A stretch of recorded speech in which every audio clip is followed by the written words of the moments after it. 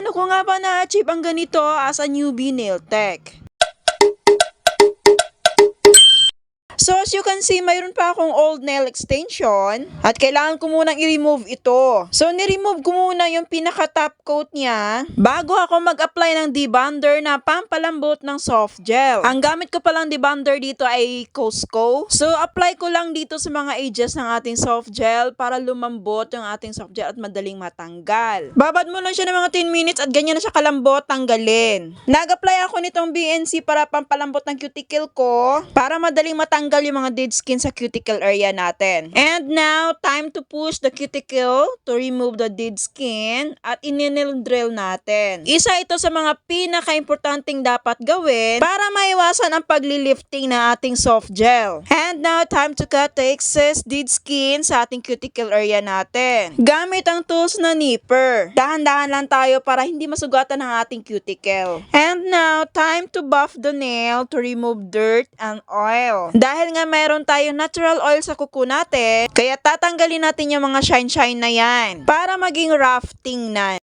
At dito nga, struggle is real dahil nga kanan ako. Hindi ako sanay na kaliwa ang kumikilos. Kaya nga hirap na hirap ako dito, hindi ko malaman kung anong posisyon na gagawin ko para lang makuha ko yung gusto ko. At gamit itong nail file, kailangan natin i-shape ang kuko natin. At gamit ang brush na ito para matanggal ang mga excess dirt sa kamay natin. At gamit naman itong alcohol pads para matanggal yung mga excess dirt sa kasingit-singitan ng kuko natin. And now, time to apply naman ng dehydrator from Born Pretty para ma-dehydrate yung kuko natin. And next naman itong primer na galing kay Born Pretty. At kung mag-apply pala tayo ng dehydrator at primer, air dry lang tayo ng mga 1 to 2 minutes lang. And now, time to apply this base coat from Viuca. Tama ba yung pagka-pronounce ko? At cure lang natin ito ng mga 60 seconds. And now, kailangan natin maghanap ng tamang sukat ng soft gel para sa kuko natin. At dapat hindi masyadong malaki at hindi rin masyadong maliit para sa kuko natin para maiwasan mag-lifting. At ang ginagawa ko, binabuff ko muna yung soft gel bago ako mag-apply ng nail glue para mas matibay ang pagkakabit ng ating soft gel. Using this 6-in-1 nail glue from Born Pretty at nag-apply na ako ng nail glue sa soft gel natin at ipa-flash cure lang natin for 30 seconds. At dapat tama lang yung pag-a-apply ng nail glue natin para hindi siya mag-overflow sa